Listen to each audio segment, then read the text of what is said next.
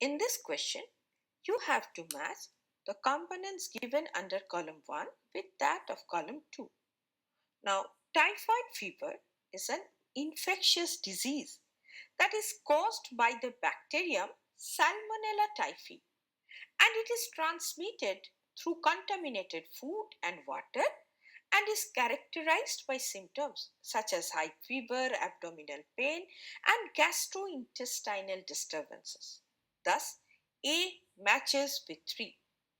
Now, pneumonia can be caused by various pathogens, including bacteria and viruses. And Streptococcus pneumoniae and Haemophilus influenzae are two common bacterial pathogens which are mainly associated with pneumonia, and it is characterized by inflammation of the lungs leading to symptoms such as cough, fever, and difficulty in breathing. Thus, B matches with 4. Now, filariasis or elephantiasis is a disease that is caused by filarian worms, which is known as Vauchereria bancrofti or Vauchereria malai. And these parasitic worms are transmitted to humans through the bite of infected mosquitoes. And filariasis can lead to severe swelling of limbs or extremities such as genitals due to the blockage of the lymphatic vessels.